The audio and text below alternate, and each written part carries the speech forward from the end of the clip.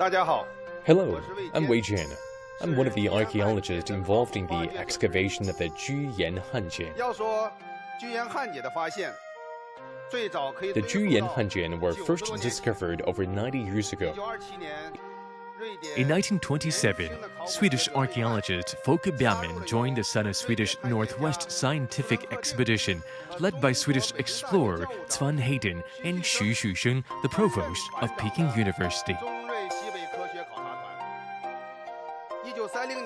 In 1930, over 14,000 wooden slabs were unearthed in the northwest frontier of the Han Dynasty. Because these slabs, known as Jian in Chinese, were mostly found in the territory of the Juyan Commandery, they were named the Juyan Han Jian. So far, more than 40,000 Han Jian have been discovered in the Juyan region. These also serve as the largest collection of Han Dynasty texts in Chinese history, apart from the records of the Grand Historian and the Book of Han. They allow us to appreciate the calligraphy written over 2,000 years ago during the Han Dynasty and are regarded as precious documents for studying the development history of this time-honored Chinese art form.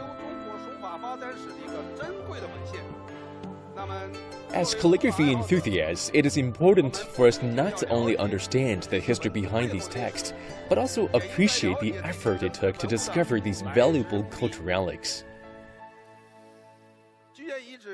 The Juyan site is located in the Badang-Jiran Desert in the westernmost part of Inner Mongolia. This area sees less than 40 millimeters of rainfall a year, compared to around 4,000 millimeters of lost water or evaporation over the same period. In addition to its arid climate, it also endures sandstorms. The sky suddenly turned pitch black around midday. I turned my head and saw the sandstorm rolling towards us like a moving mountain. The sound of sand hitting the car was like the sound of grinding wheels. It lasted for more than 20 minutes, and once the sandstorm had passed, the sky gradually brightened. When I looked outside again, the back of the car was completely silver, with all the green paint stripped off.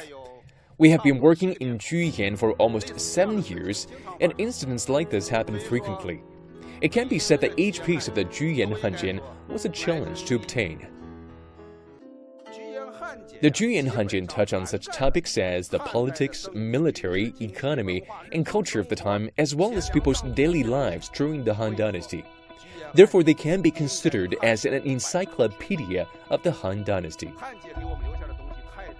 These wooden slabs have left us with a wealth of information, including the names of many of our ancestors, like the countless stars in the sky.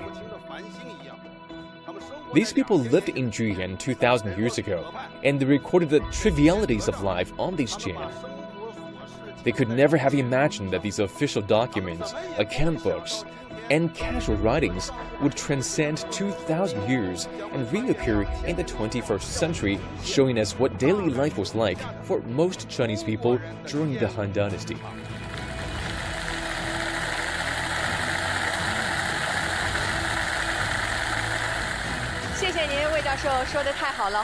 Thank you, Professor Wei, for your excellent speech. I truly believe that we should first and foremost express our sincere respect to all archaeologists.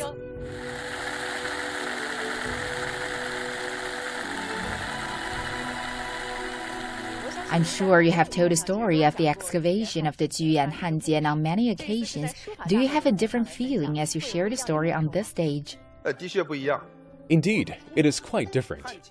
The characters on these unearthed Han Jian have undergone changes in form over the years.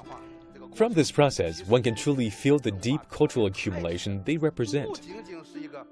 It is not just about recognizing the characters and writing them beautifully.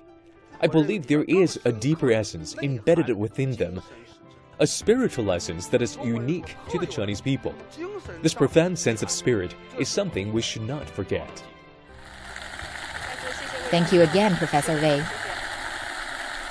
On October 28, 2022, when Chinese President Xi Jinping visited the Yin ruins, he mentioned that the formation and development of the Chinese nation cannot be separated from the preservation of Chinese characters. What are your thoughts on this?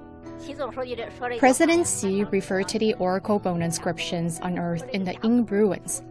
The discovery of these oracle bone inscriptions effectively extended China's recorded history by 1,000 years. From the perspective of archaeological discovery, we found symbols that are more than just oracle bone inscriptions. For example, the Taosi site in Shanxi unearthed symbols that are over 4,000 years old. The Jiahu site in Henan also has symbols that date back 8,000 to 9,000 years. Therefore, you can say that Chinese characters are like the fossils of Chinese civilization. Fossils may seem dead, but Chinese characters are not. On one hand, they're the fossils of Chinese civilization, whereas on the other hand, they're the eternal flame that continues to develop Chinese civilization. This flame has now become a torch in our hands.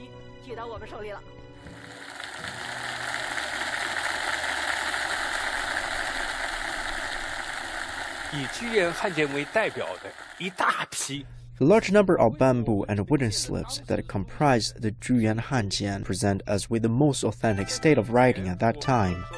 Before this, when we talked about the clerical script from the Han Dynasty, we were referring to inscriptions on stone steles.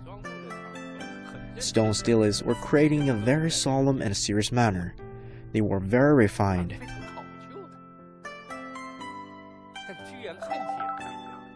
However, the Juyan Han Jian are different. They reveal the most authentic state of daily writing at that time.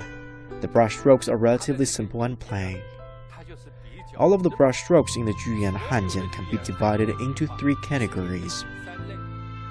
The first category is wavy lines. The second is curved lines. And the third is close to straight lines. What is particularly interesting is the third category. When we observed it carefully, we found that it still resembles the shape of waves. Why is that? Because this is more convenient for writing continuous script. This is the typical form of brushstroke for clerical script. With the discovery of the Juyan Han Jian and our observation of them, we have filled in an important blank in the history of calligraphy and the development of brushwork in China. 听了魏教授的介绍，有很多的收获。 I learned a lot by listening to Professor Wei's speech. The clerical script originated and was developed during the Han Dynasty. During this period, we can see that the main materials used to make texts were bamboo and wooden slips. They provided ample space for the expression of calligraphy.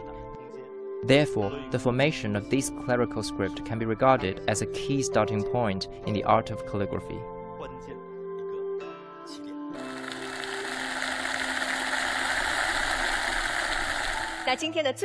For the final exercise today, we invite calligraphy enthusiasts to write their hopes and goals for the future on some bamboo slips.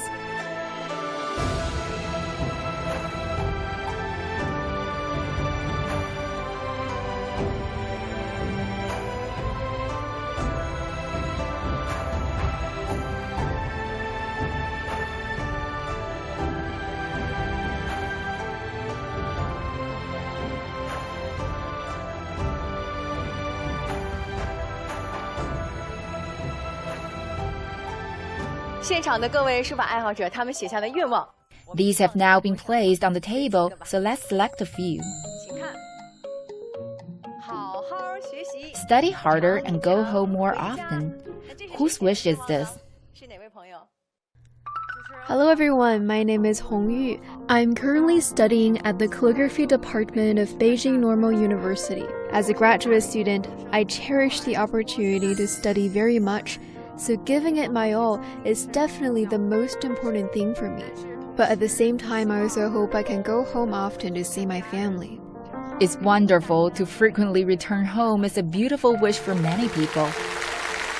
Let's choose another one. I noticed the word calligraphy on one of the bamboo slips.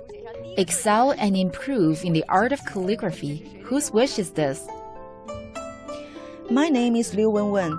I work at the Han District Cultural Center in Beijing. In my future calligraphy studies, I hope to always follow my dreams, just like the excitement I felt over 30 years ago when I first picked up a brush to write. I believe that as long as life continues, writing will continue to progress and develop. Well said. You have expressed the true passion of all calligraphy enthusiasts. Chinese calligraphy is constantly innovating and developing as an art form. It has been used to record the most wonderful stories from all around China, and these stories continue to live on through our brushes.